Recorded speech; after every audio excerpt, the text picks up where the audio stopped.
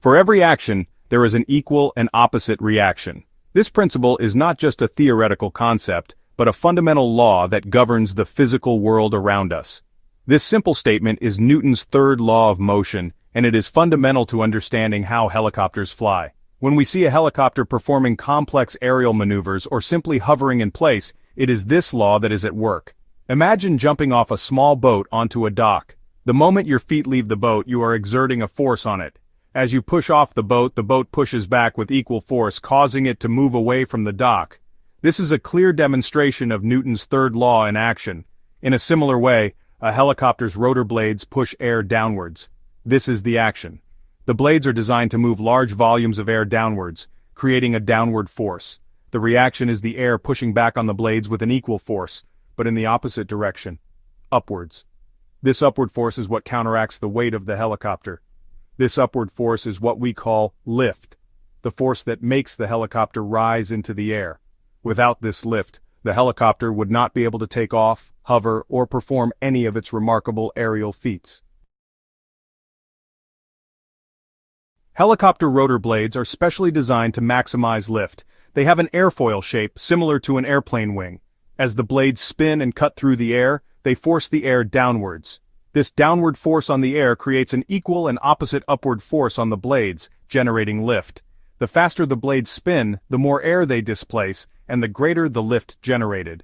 This is why helicopters need powerful engines to spin their rotors at high speeds. The pilot can control the amount of lift by adjusting the angle of the blades, also known as the pitch. To understand how the shape of the rotor blades generates lift, think about a water skier. As the skier speeds across the water, their skis deflect the water downwards. This downward deflection creates an upward force that supports the skier's weight. Similarly, the curved shape of a helicopter's rotor blades acts like the skis, deflecting the air downwards. This downward deflection of air creates the upward lift force that supports the helicopter's weight, allowing it to take flight. Everything on Earth has weight, a force that pulls it towards the center of the planet.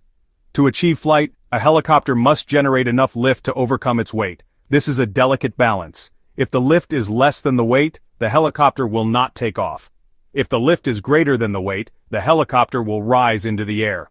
The pilot controls the helicopter's vertical movement by adjusting the amount of lift generated by the rotor blades. By increasing the lift, the helicopter climbs. By decreasing the lift, the helicopter descends. Section 5. Tilting and turning, a balancing act. Helicopters don't just go up and down, they can also move forward, backward, and sideways. To achieve this, the pilot tilts the rotor disc, the plane created by the spinning rotor blades. By tilting the rotor disc forward, the lift force gains a horizontal component, propelling the helicopter forward. Tilting the rotor disc backward, sideways, or at an angle allows for movement in any direction. This control over the direction of the lift force is what makes helicopters so maneuverable. Section 6. Respecting the limits. While helicopters are incredibly versatile, they also have limitations. Each helicopter model has a maximum weight it can lift and a maximum speed it can achieve. Exceeding these limits can have serious consequences, compromising safety and potentially leading to accidents. Understanding these limitations is crucial for safe helicopter operation. Pilots undergo rigorous training to learn these limitations and how to operate the helicopter safely within them. Section 7. Pushing forward, countering drag. While lift gets a helicopter off the ground, thrust is the force that propels it forward. This forward motion is crucial for the helicopter to navigate through the air and reach its destination efficiently.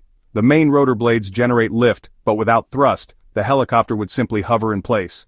This force is generated by the tail rotor, a smaller set of blades mounted vertically on the tail of the helicopter. The tail rotor plays a vital role in stabilizing the helicopter and ensuring smooth forward motion. The tail rotor creates a horizontal thrust force by pushing air sideways.